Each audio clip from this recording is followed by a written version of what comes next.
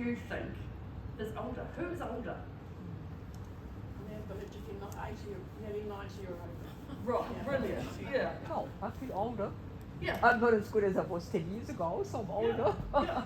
So anyone else got any thoughts? What sort of classed as older in sort of the literature and things? 60 Oh, plus. 60. Probably. 60. Anybody Yeah. older than your mum? Oh, I see, yeah, that was thrown in there.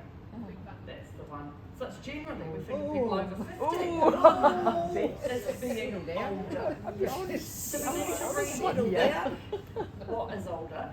The other thing that we're going to think about is when it comes to the older knee, a lot of the injuries that we're going to talk about a little bit later, they are making people's knees older before they're chronologically older. Does that make sense? So, yeah, we just need to kind of rethink how we're thinking about older. The menisci or the cartilages become more brittle over the age of 40, and I can still remember sitting in a practice in London. An orthopaedic surgeon had come to speak to us, and he was sitting there saying, yep, so over the age of 40, those menisci, they become, the shock absorbers in the knee, they become more brittle. And I'm sitting there with my 25-year-old head on, suddenly realising, crikey, that's me, because I was 42. And it just made me rethink about my body and my ageing process as well. So another thing we've got to think about when we're talking about the older person's knee, it is very interesting. We don't have any men here. Menopause. We've got to start talking about it more. It's becoming, more prevalent in the media. It influences all joint structures. It can start as young as 35 years, so the perimenopause can start young, so those joint changes can be starting quite a bit younger as well. Anyone know the average age of menopause? 50? 51. 51. So you could be starting, 35 years, boy. And previous injury may also lead to those earlier joint changes, which I alluded to just before, that really we've got to start rethinking, and this is where the person in front of you is important, because they may have had injuries that have given them a knee that is effectively older. So common knee issues in the older adult: cartilage tears. I'm really trying to get us away from talking about tears, and unfortunately throughout some of the slides the word tear comes into it. That's more for our knowledge, but we're not talking about something that is ripped. That tends to happen in the younger meniscus, which is the shock absorber in between the femur and the tibia. So we're talking more about that fraying, those age-related changes. I think of it more as fraying of those menisci. The patella or kneecap pain and dysfunction, they can be quite common in the older knee. They're quite common in the younger knee as well. I would sit here and argue that the older person's knee presenting with kneecap problems is going to have an element of osteoarthritis related to it. Ligament sprains and strains, they still happen in older people, depending on whether it's sport related, whether they've tripped off a step or so. What I'll put in there is that the healing time frames are probably going to be slightly longer in the older person. And I then bring in the menopausal woman, because healing does take longer through the menopause. Baker's cysts, people have come across Baker's cysts before. Terrible things. They can be really debilitating. They can be very painful a lot of the time, but they are often noticed as a swelling in behind the knee. They are related to the leaching of joint fluid because of this fraying, because of that age-related change that's happening in the joint. They can be extremely painful. They tend to be self-limiting. When I see or I hear talk of people with Baker's cysts, it always sets off in my head, we're probably dealing with some age-related joint changes. Tendon problems. Around the knee, we're talking about the patella tendon, attaching the patella to the top of the tibia there, the quads tendon, attaching the quadriceps to the top of the patella. They are less common probably in the older person, and I was thinking about this morning. It's most likely due to the the difference in intensity of exercise that we do as we're getting older. You tend to see patellar tendon problems and quads tendon problems in the younger population doing jumping type sports and lots of heavy physical flexion loading type sports or activities.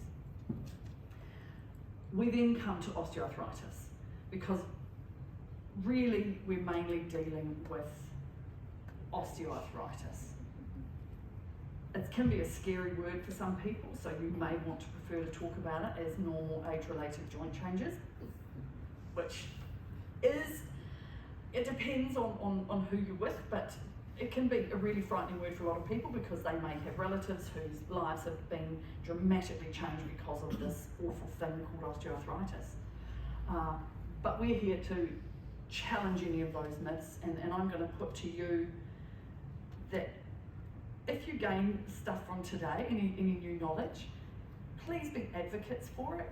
I say we run MAP and GLAD classes, which I'll be talking about in a minute. And I always say to my participants, you are now our advocates for this type of approach because you're getting the totally current best evidence knowledge, which a lot of our medical fraternity, our allied health fraternity, aren't even using at this stage. So hopefully, you go away and you be advocates, you either talk to your classes, you talk to GPs, talk to your friends and family, and just really get them on board with what can be done in our older person's needs. Does anyone here have knee or hip arthritis? Right, yep. Anything you want to say about it, or? It bloody hurts. It hurts. Weights are the best thing. Yeah. Weight bearing exercises Yep. are the key to motion's lotion. Motion is Bending lotion. Bending.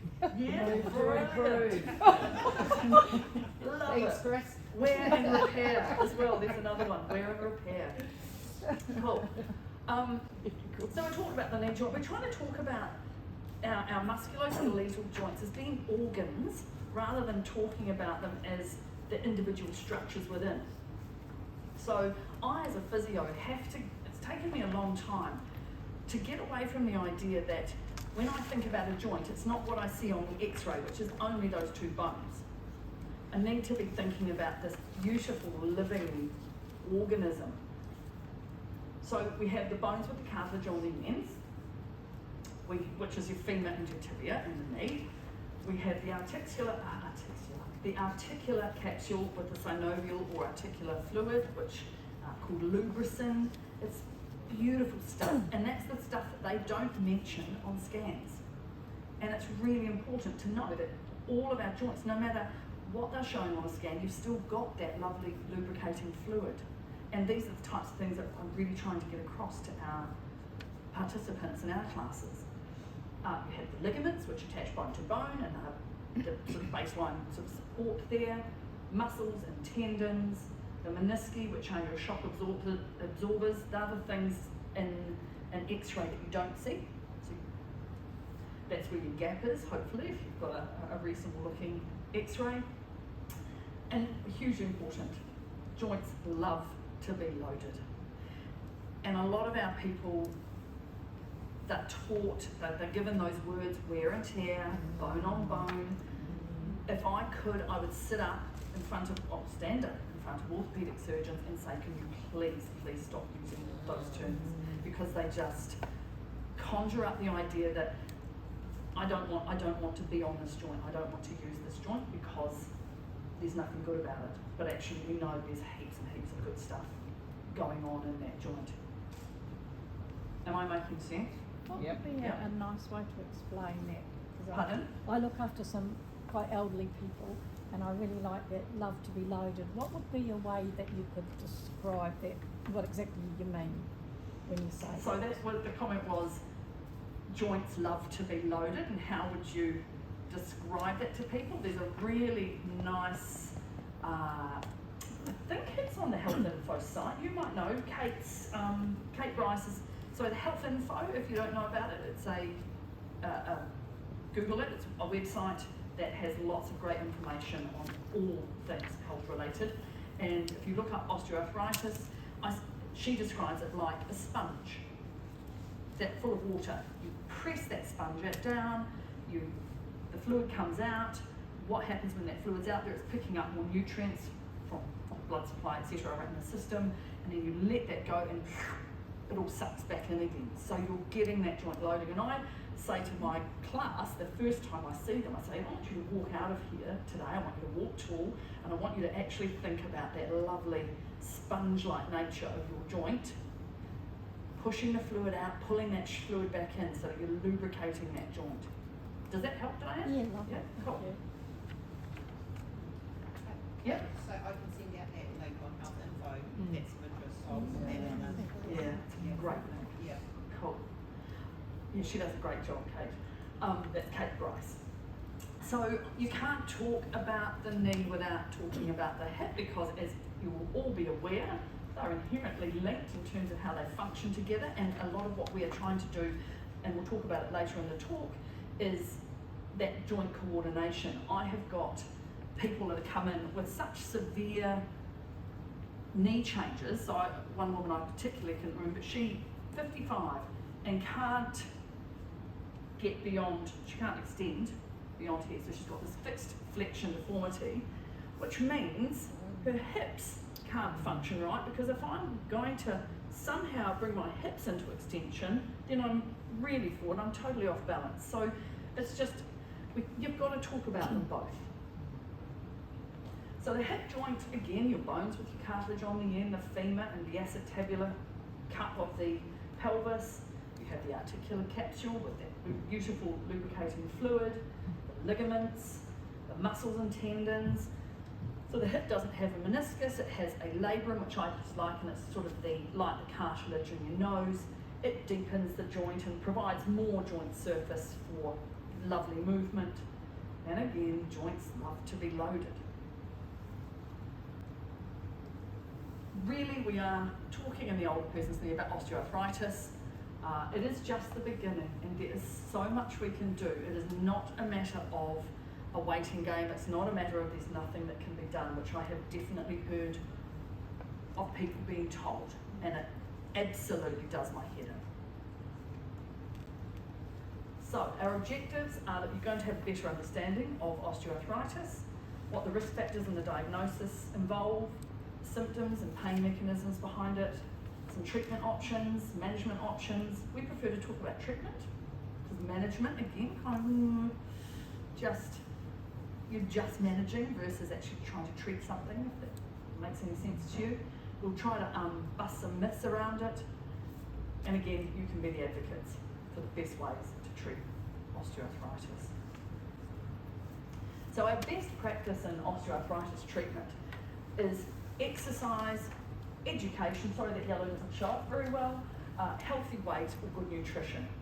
We've got people who come to our classes who don't necessarily need to lose weight, but their nutrition could be better. There's a lot that you can do to help decrease inflammation in the system and assist protein synthesis, etc.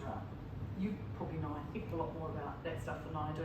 Again, on the Health Info site, look up, nutrition for osteoarthritis. There's some really good information out there. So we will talk about the GLAD and MAP programs. They're the ones that I know the most about. They are specific osteoarthritis programs, and they both involve specific graduated exercise, interactive education, and evaluation. It's important to make sure that we know that what we're putting in place is actually doing the job. Yeah, there's different ways you can evaluate, and both courses have chosen the things that work best for them and their funding models as well. So your osteoarthritis programs are GLAD and MAP. Sorry, the next few slides are a little bit busy, but we're just trying to get as much information in there. They are accepted as current best practice in the treatment of osteoarthritis of the hip and knee. They are overwhelmingly evidence-based. And anyone can be clinically diagnosed with osteoarthritis of the hip and knee, and they can join these programs. It can be at any stage of the osteoarthritis, whether it's severe, whether it's mild.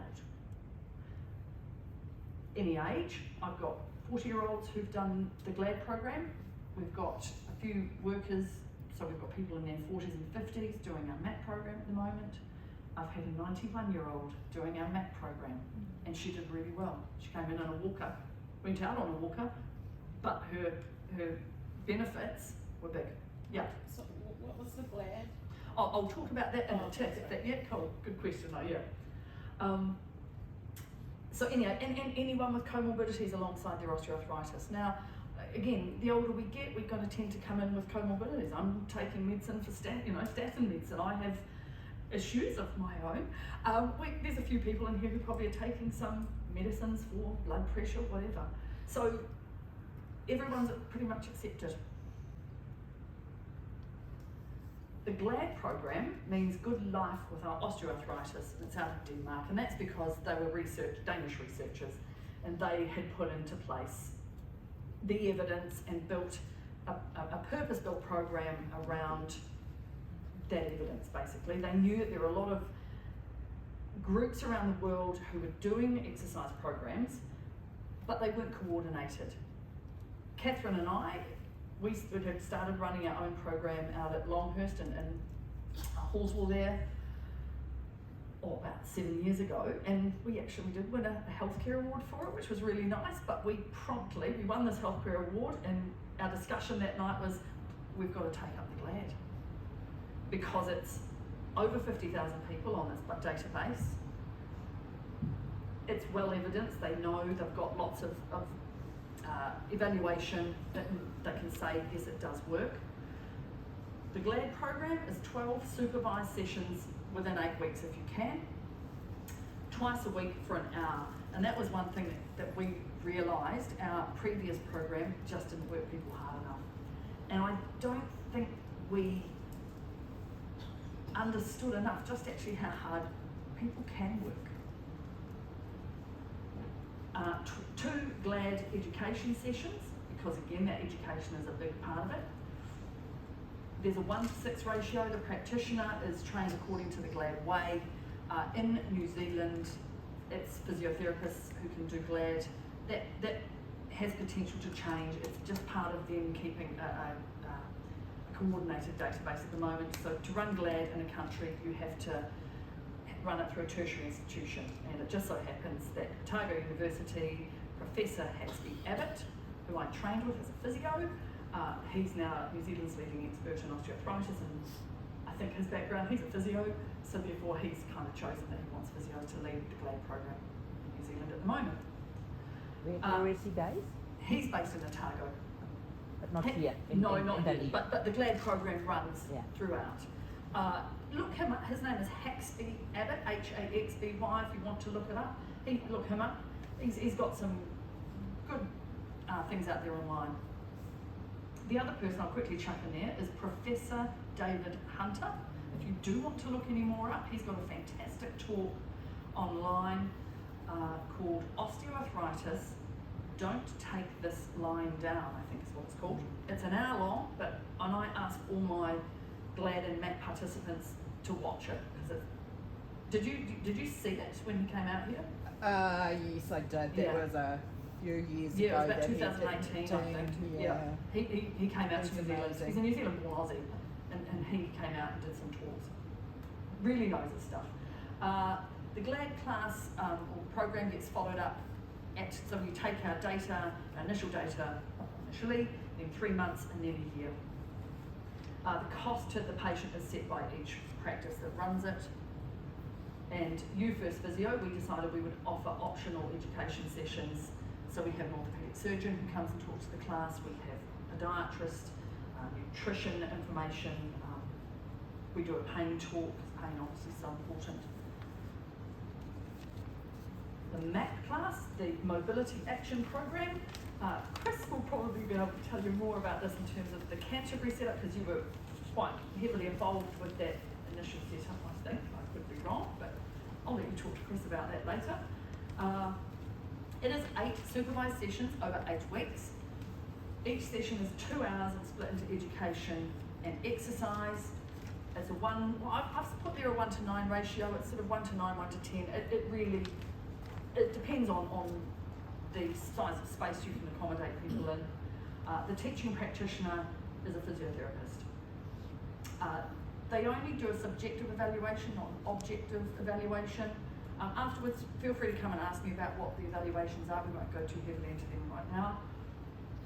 It is publicly funded, so it's free to the patient. It's fantastic. And if I had my way, these programs would just be, there'd be a lot more money being put in at this end of it rather than the powers that be discussing how many hospitals and how many orthopaedic surgeons we need to train. Again, we can have a chat about that later. The only thing that I might put in there is, we are finding with the MAP we do get a relatively biggish drop off. Glad they're paying up front, they don't drop away.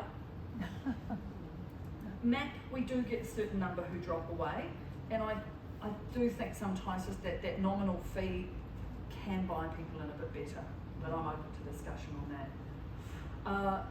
What we do know with MAP is that the contract was renewed, so yippee. You always, when you're running these funded programs, you're always sort of under threat of having them cut or altered. The evidence was there from the data that they took, and we had to give quite a bit of data in the first place. They realised it works, so yay, it gets enough of the population doing well to have it continue. The only issue is there's no New Zealand-wide coordinated database, that's all. And the MAP program, the education component, which I think is really, really good, the exercise component, each group running it gets to run their exercise the way they want to. So, what is osteoarthritis? It is a disease that affects the entire joint, not just the cartilage. And this is again what I said before, we're trying to come away from just thinking about those individual structures. It is the most common reason for people not being physically active as they get older. This is all really well evident stuff. Imaging is frequently overemphasized. It is a painful condition caused and influenced by many joint and person-specific factors. Does that make sense? Because pain is so multi-influenced. It is the most common lifestyle disease in people over 65 years of age. It is more common than high blood pressure and diabetes, which blew me away when I first kind of realised that. Yet, it's not put out there in the media. It's not talked about as much as you will. The news, you see these people, in renal failure and things like that through their diabetes. Well, we're not seeing the people whose lives are being really dramatically affected by osteoarthritis. It's just not the in thing. What does it mean? Imaging is frequent. Oh, yep, great. So the question was, what does it mean that imaging is frequently overemphasised? So that's down to scans and X-rays. So it's where we're trying to change how things work. So a scan and an X-ray show you one aspect of that joint, and yet because this is all being led by the medical fraternity, the allied health professionals, it's usually it's often a go-to. I often do see people who've already had the X-ray.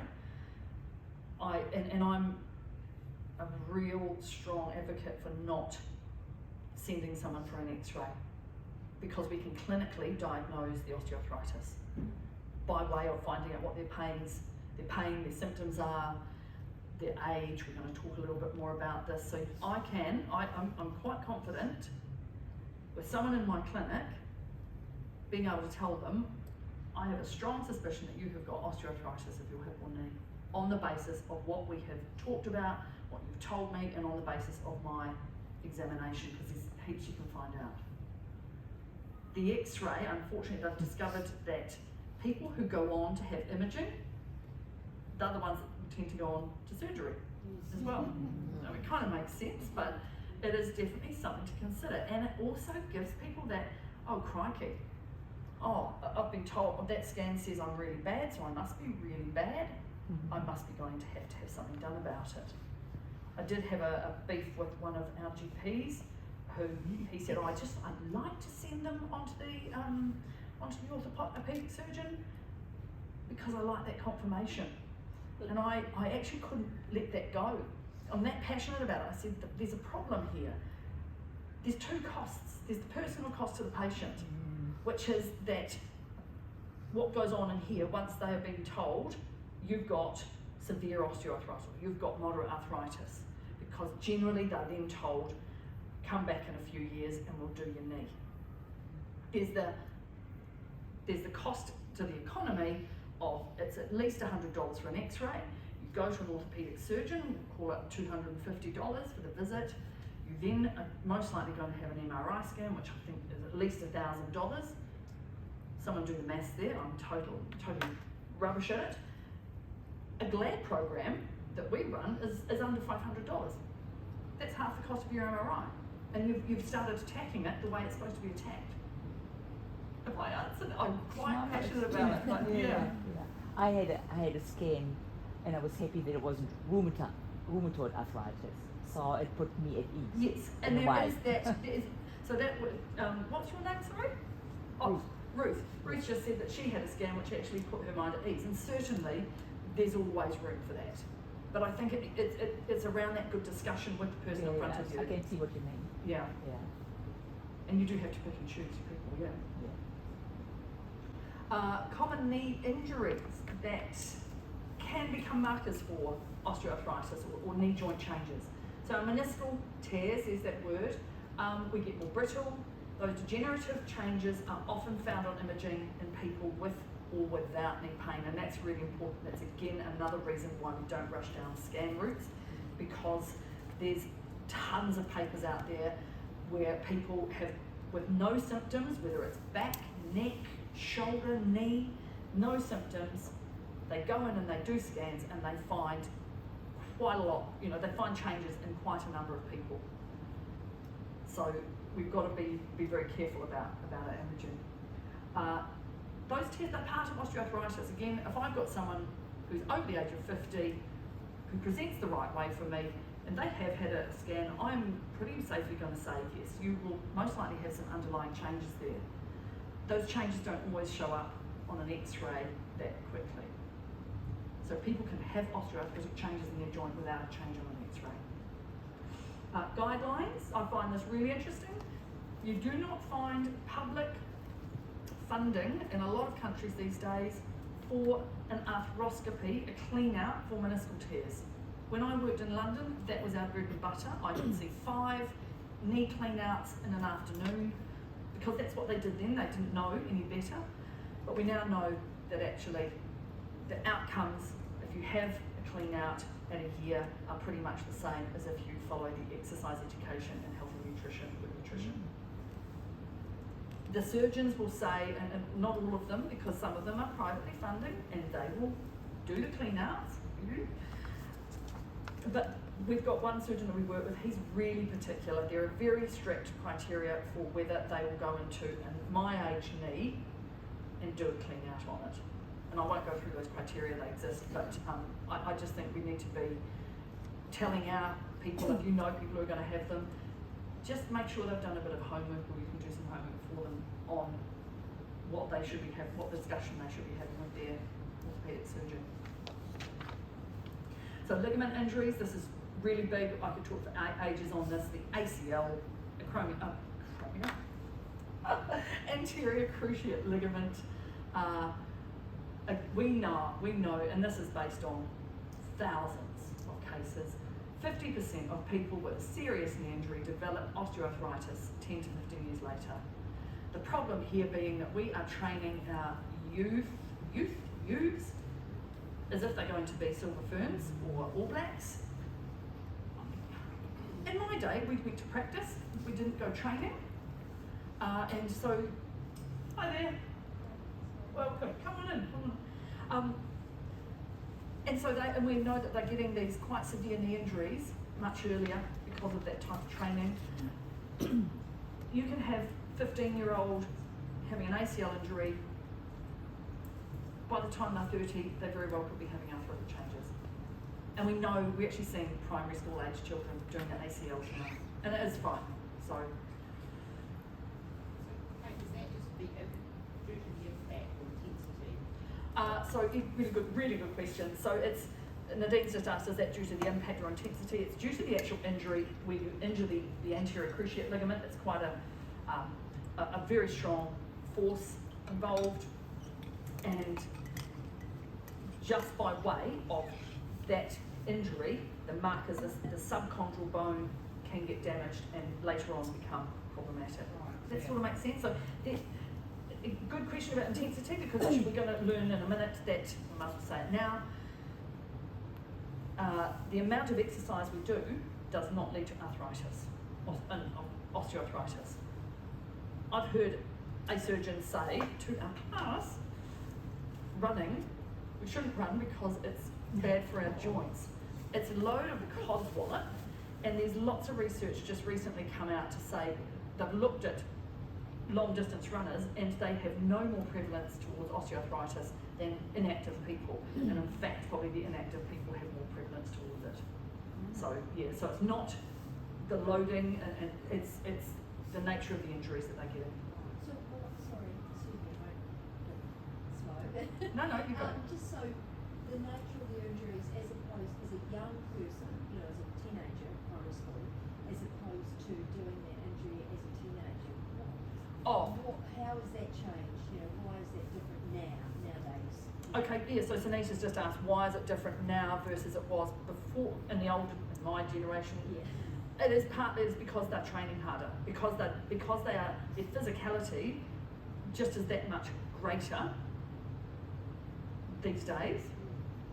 So they're seeing more of those injuries. Is any of that diet or weight related? In terms of so the question being, is any of it diet or weight related? Not in terms of the injury as such. I'll just chuck in there, ACC are putting in great injury prevention programs to prevent these types of injuries, and they are starting to see some results coming through. So Netball Smart, the FIFA 11 Plus programs, where weight and nutrition are involved. It's more, and I have no shame, I'm going to be on camera showing you, I have got these little, I call them my kilo blocks of cheese sitting around my middle. They are really unhelpful when it comes to my joint health, because it's not just a loading problem. It's because they've found that people who lose weight, who have hand arthritis, they lose weight and their symptoms reduce. So we know that it's actually to do with the inflammatory nature that adipose tissue has. It also carries vitamin D in it, rather than having that vitamin D circulating in your system where it's going to do its good. So the weight issue is to do with what this is carrying versus the nature of the injury in sport. Just come to our classes. Yeah, I do them. I've actually started doing the GLAD program because I love it. I've just got to work on my sweet tooth. Thank you. So the osteoarthritic joint, normal age-related adaptive changes. Again, it's that way we talk about it. These fingers of mine have changed. I look at them as if, I look at them positively, because what my brain did over those years of doing heaps and heaps of deep tissue manual therapy, lots of manipulations of patellas and other joints, my brain decided that it needed to make more surface area for my joint to work. That is a way of looking at it. So normal age-related adaptive changes. They affect the whole joint. It's not just the cartilage. Our muscles get weaker. The joint capsule gets inflamed and swollen. The cartilage can change and get thinner. There's bony changes such as osteophytes. And healthy cells remain. That's the most important thing. We've always got healthy cells. We're adaptable creatures. So our cells need to be inputted so that they change. And that's where the exercise and appropriate loading comes into play. So again, when you've got those people coming and saying, oh, I've got bone on bone, you say, do you know what? You've still got some really healthy cells in there. You've got that beautiful lubricating fluid. Those aren't showing up on your scans. So let's get to work on what we can change. The symptoms, pain with activity. So this is what we look at when we're diagnosing it in the clinic. Pain with activity, joint noises. I saw someone just yesterday with, oh my word, in that knee, in that kneecap. You sometimes get that real in the bone on bone kind of knees. Stiffness, reduced range of motion. Those are the two things. Those three things are the things that people tend to present with. They're not often saying, oh, it's just I've got this loss of confidence or trust in my knee. But that's a really big factor. Once you start talking with them, that kind of comes out.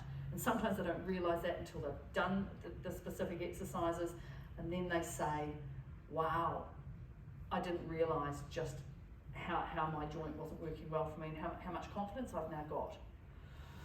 So pain at rest and joint swelling, that's when things are sort of getting a bit more problematic for your person.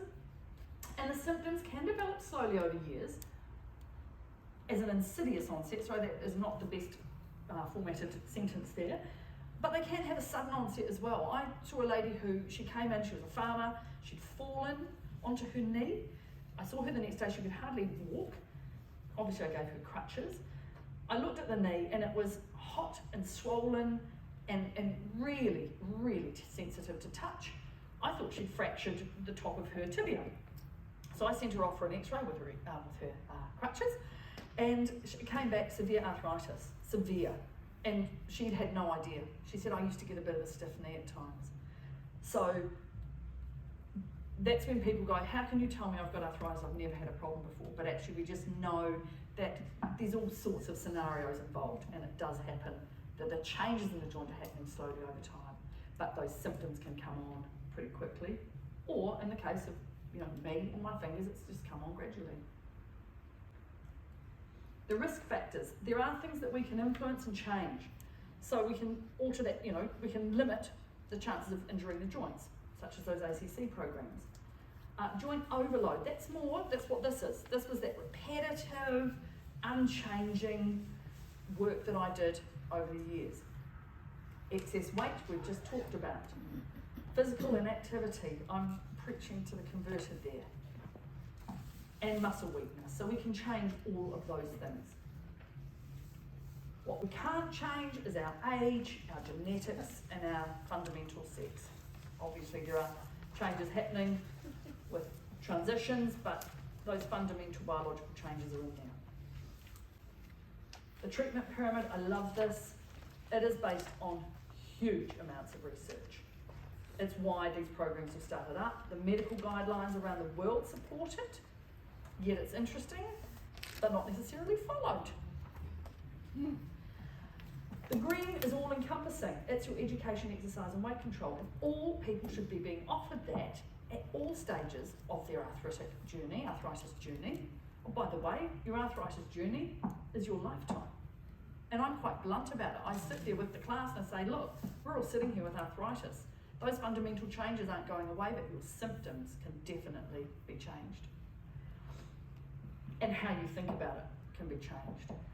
Some people should be being offered those pharmacological treatments and some aids like walking poles, like braces on the knee for instance, passive treatments such as physio, chiro, osteo, acupuncture, and a few people should be offered surgery.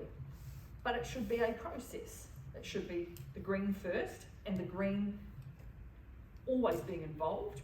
Then you have your orange section, which if the green is not really working for you, then you go into that, but you're always still doing the education, exercise, and health and nutrition, and the same with the surgery. That's the last stage. It is not a one-way journey, and I think again, it's just important to try and have that confidence to be able to say to someone, you are not destined because you've been told you've got osteoarthritis, you are not destined to have surgery. Some people will, but let's go through that really nice process. Problem being, pretty much all people are offered the second tier treatment, the orange. Take a pill. The medications is the second line treatment. It's important to know that all medications come with a risk of side effects, and that the higher level medications come with higher risks. So an anti-inflammatory has a higher risk associated with it in taking paracetamol. So you start with that simple stuff. You start with your paracetamol. You start taking it at the maximal dose allowable on the packet. I always give the responsibility to the person in front of me. Read the packet that you've got, because some Panadols, for instance, that are different doses. And then with GP guidance, you might go up into a higher level of medication, but they shouldn't be being continuous. If they're not working after a certain amount of time, then we need to relook at things. Opioids are to be avoided, that's your codeines, your tramadols, in terms of osteoarthritis treatment. There's very poor evidence for them, and actually Prof Hunter stuck his neck out and said he would say they're doing probable harm. And it does worry me when I see people who've been on long-term opioids for their arthritis pain. Excuse me, can you just tell me, I get cortisone injections that they last about 2 to 3 months, Mm-hmm. and then you're back to pain again. Yep, that's the perfect, that's the perfect time frame for cortisone injections to work, 2 to 3 months. But how many per year would you have for a year? Do you It's a want lot, to isn't hear? Yeah, well there's now evidence that supports the more cortisone injections you have into a joint, the more you can escalate the osteoarthritic changes, the joint degeneration. So the orthopaedic surgeon that talks with us, he pretty much says he's Superman when someone comes in and says, I want to go and do the Milford track, but my knee is really still quite sore. He can inject that, get you through your Milford track, but that's what he would do it for. He would not do it as a pain relief treatment. When I got married, I had one in my ankle, I had osteoarthritis in it, and yeah, I could dance on the wedding day. It's a one-off. Yeah, as a one-off. Yeah, but again, that's now stuff that we know. A few years back, I gather it was actually actively encouraged to do cortisone injections.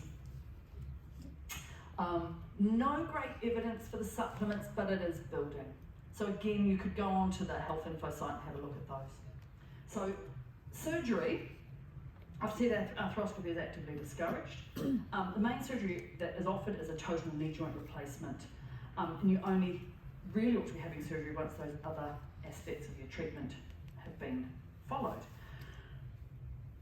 It is a major and brutal surgery, total knee joint. I've watched it, and you actually see the person when they're banging that prosthesis in, their body is going up and down on the table.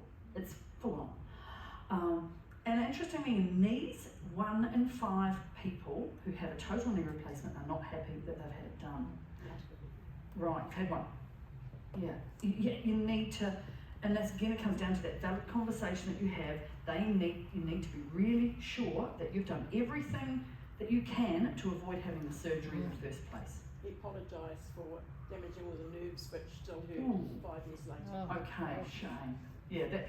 Yeah, unfortunately you. Sorry, it happens sometimes, he said. Yeah. Yeah, it's easy. It's easy as someone to say, I'm Easy really to say sorry. that. Yeah, it is. Not easy living it. Physios, we focus on restoring the range of movement, and that's quite painful at times for someone after the op, and muscle function, as well as restoring good gait pattern. The physios in the hospitals have said that the best way we can prepare people for the surgery is have them practice at home, manoeuvring on the bed. Just get them practicing, because that, just in those early stages, the better function you can have and the less help you need, the better it is up here. So you kind of have that more positive approach anyway. Get them doing straight leg raises, just practicing being able to do a straight leg raise, because that's really important afterwards in terms of manoeuvrability as well. So the positive effects from physical activity. I do not need to go into this with you. But it is interesting. We don't know that it can actually help prevent at least 35 chronic conditions, and it can treat 26 chronic conditions. I think with that third point, I really like to focus on people's moods. It's interesting when you see that change. You will have all seen it in your participants.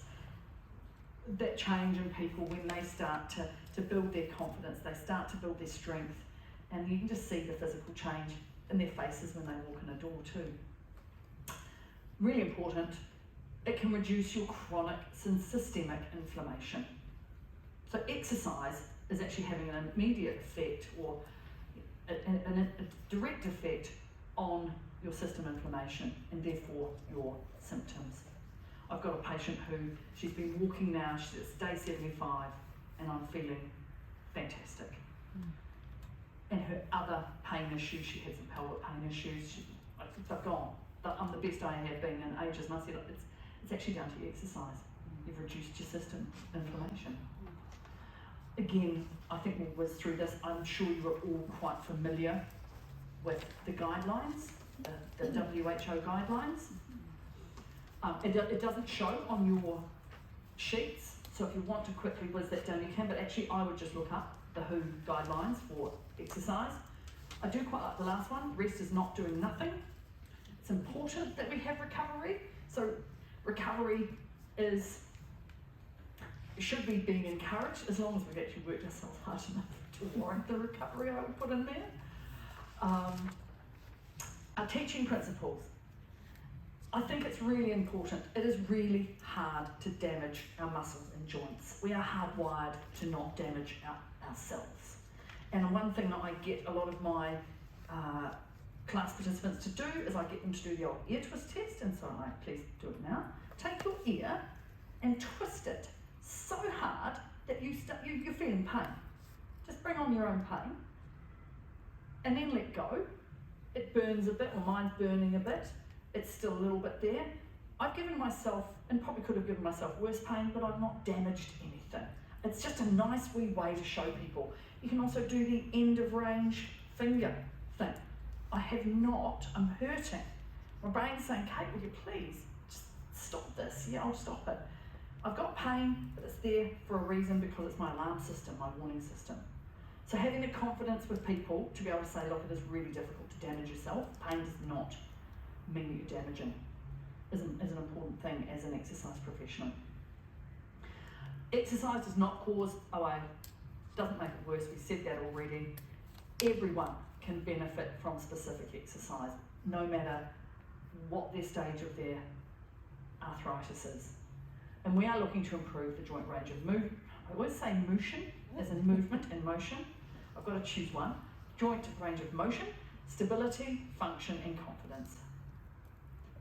So the good news is, and this is a really important slide, pain does not mean tissue damage, especially when we have got osteoarthritis. Flare-ups do not mean your arthritis has got worse. There's other stuff that's going on, which again we can talk about. I'm appreciative of time. Our pain principles are that pain, when we're dealing with someone who is in the older person's knee, pain is okay when you're exercising, as long as it's at an acceptable level to you. It's no one else's acceptable level, so we've all got to get away from this idea that no pain, no gain or anything, and why should you shouldn't be feeling that much pain. My auntie's got far worse knees than yours, and she copes okay. So everyone's pain is their own. They have to decide what's an acceptable level for them. An increased pain from exercise has to go back to its normal or pre-exercise level within 24 hours. That scale is quite nice. I don't really like the numbers scale myself anymore. I talk about if someone says to me, oh yeah, knee's a bit worse after the other day. Was it an acceptable level for you? Did it last longer than 24 hours? Okay, if it did last longer, then we need to pare things back. We need to work out why. The other thing to put in here though is sometimes you'll get the person that goes, oh yeah, no good today, no good at all.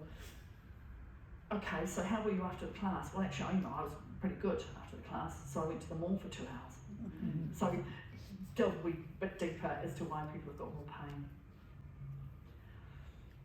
I won't go back, but we love DOMS.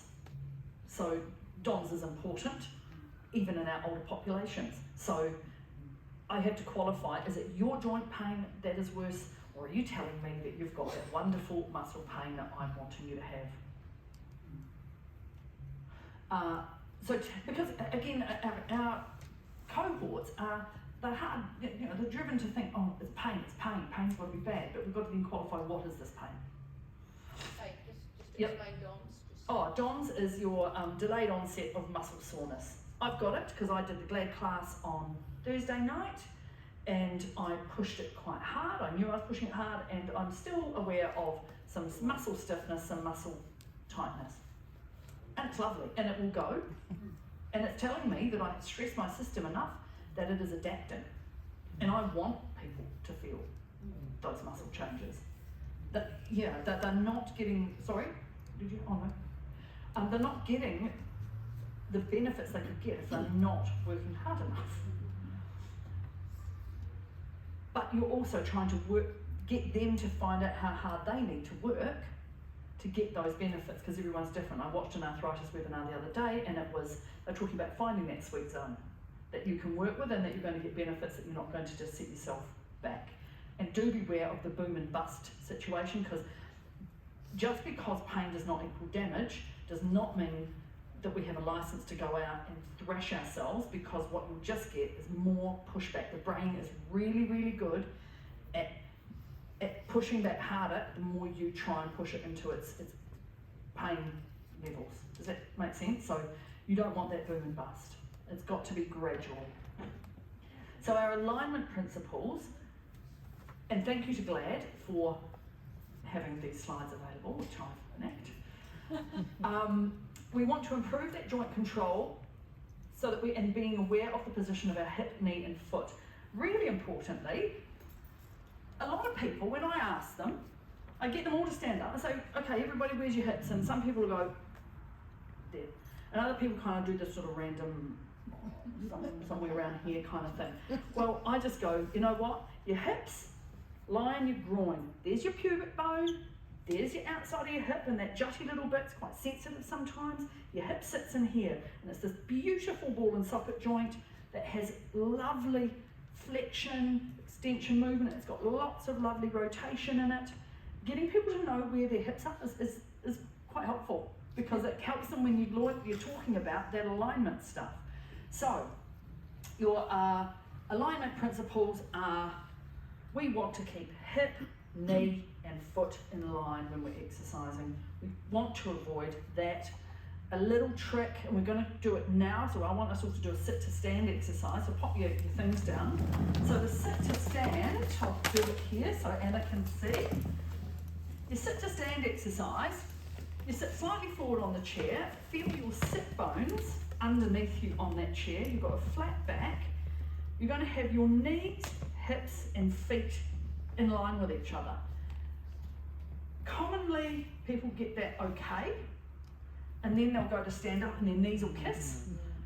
What I see in a lot of the guys is that they'll be there and then their knees will open out and then they'll come up and clear it from there. You want to keep that line right throughout. So, hands across you.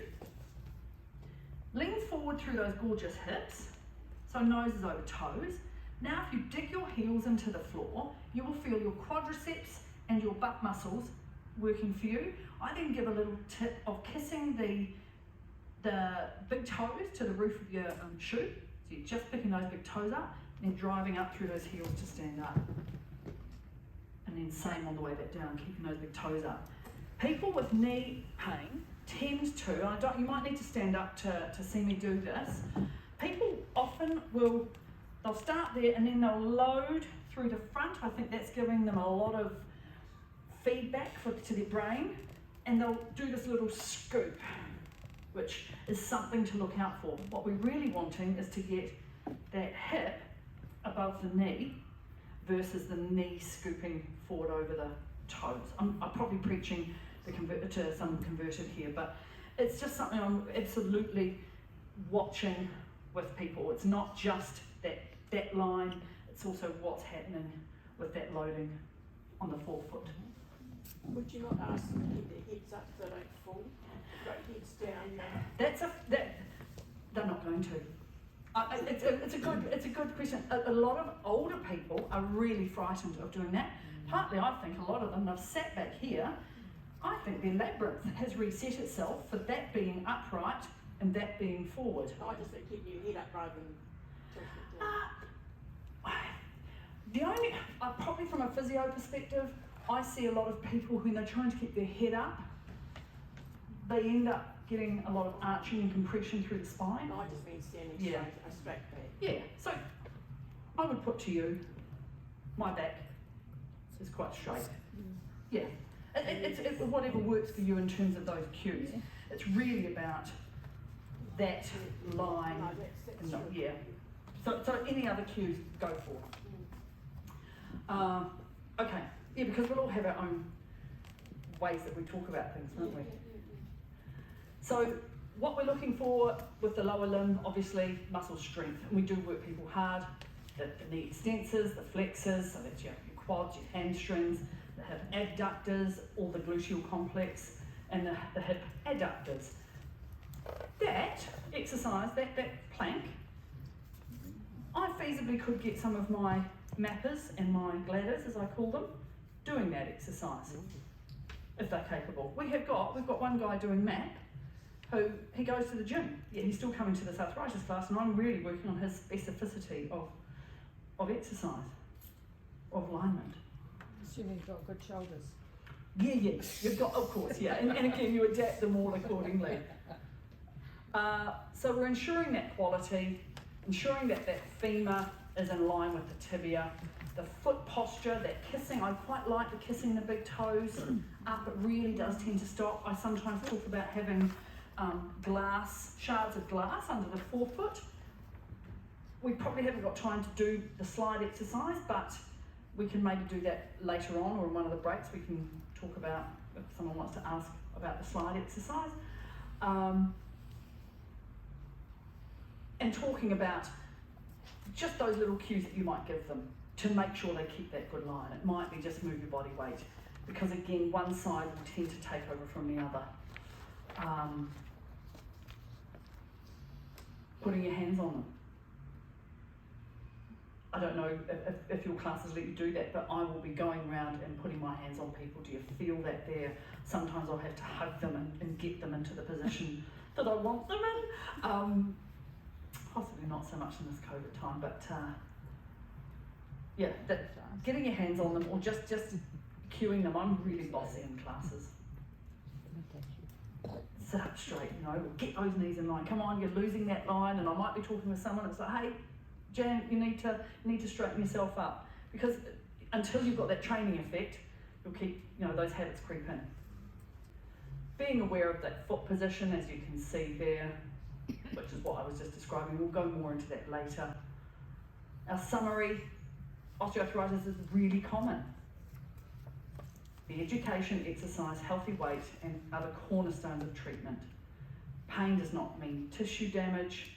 Health and exercise practitioners, educators play a key role in getting that right message across. And the best exercise is the exercise that gets done.